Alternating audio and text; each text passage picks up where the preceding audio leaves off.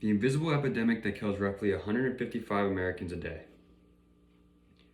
This was a name given to traumatic brain injuries, otherwise known as TBIs.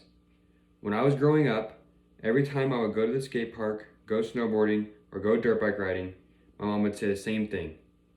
She would tell me to be careful and to make sure I wear a helmet, and I listened most of the time. She did, however, have good reasoning for constantly stressing the importance of wearing a helmet, and here's why. The Brain Trauma Foundation, retrieved 2020, states that TBIs are the leading cause of death and disability among Americans aged 1 through 44, and that around 2.5 million U.S. citizens sustain a traumatic brain injury every year. I will firstly be going over the most common forms of TBIs, and secondly, explain the ways that these injuries may be reduced or prevented. How do these injuries happen? Let me tell you about the 5 most common types of TBIs. Firstly, what are the 5 most common types of traumatic brain injuries? The following 5 TBIs were retrieved February 20th, 2020 from a list on the Brain Injury Alliance Utah website.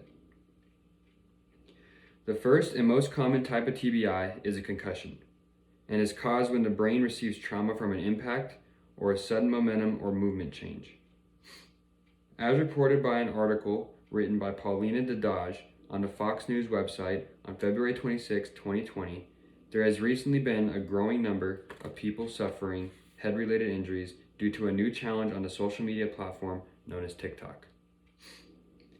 The challenge, or prank, is being called the Skull Breaker Challenge, and in the article it includes information about an Arkansas teen who suffered a concussion after his friends decided to do the challenge on him.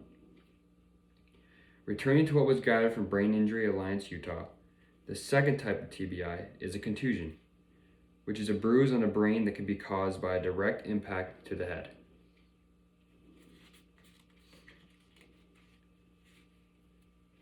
The third type of TBI is a coup contra coup, which occurs when the force impacting the head is not only great enough to cause a contusion on the impact side, but is also able to move the brain to slam to the other side, causing an additional contusion. The fourth type of TBI is known as diffuse axonal and can be caused by shaking or strong rotation of the head, resulting in the tearing of nerve tissues throughout the brain.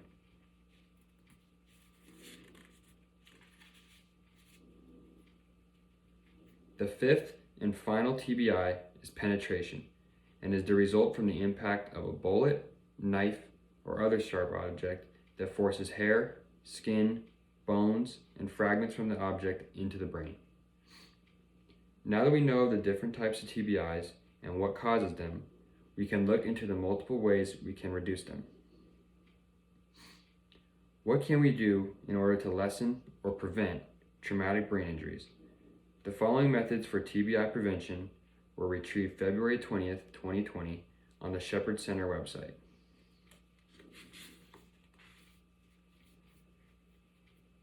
The first method for TBI prevention all involve vehicles, which are an integral part in these types of injuries. The first method for TBI prevention that directly relates to vehicles is to always make sure to wear your seatbelt when operating or riding in a vehicle. The second is to never drive under the influence of drugs or alcohol, or get a ride from someone who is under the influence. The last method that pertains strictly to reducing TBIs that involve vehicles is to limit the amount of distractions to as little as possible while driving a vehicle by avoiding things like texting or using your cell phone. Another method to reduce the likelihood of a TBI is to make sure you always wear a helmet if the sport or activity you're currently partaking in justifies it, such as football, skateboarding, or hockey. In a recent article written by Paul Schlesinger on February 16, 2020, on YourCentralValley.com, it describes what happened to a 43-year-old man from Selma, California, who sustained a serious head injury after being tossed off of his ATV. Not only was the man not wearing a safety helmet when he crashed, but the spokesman on the scene believed alcohol may have also been a contributing factor to the accident. Going back to what was recovered from the Shepherd Center on TBI prevention, a further method you should use would be to try and prevent falls at home, which, as reported by the Centers for Disease Control and Prevention, is the leading cause of death for people who are age 65 or older.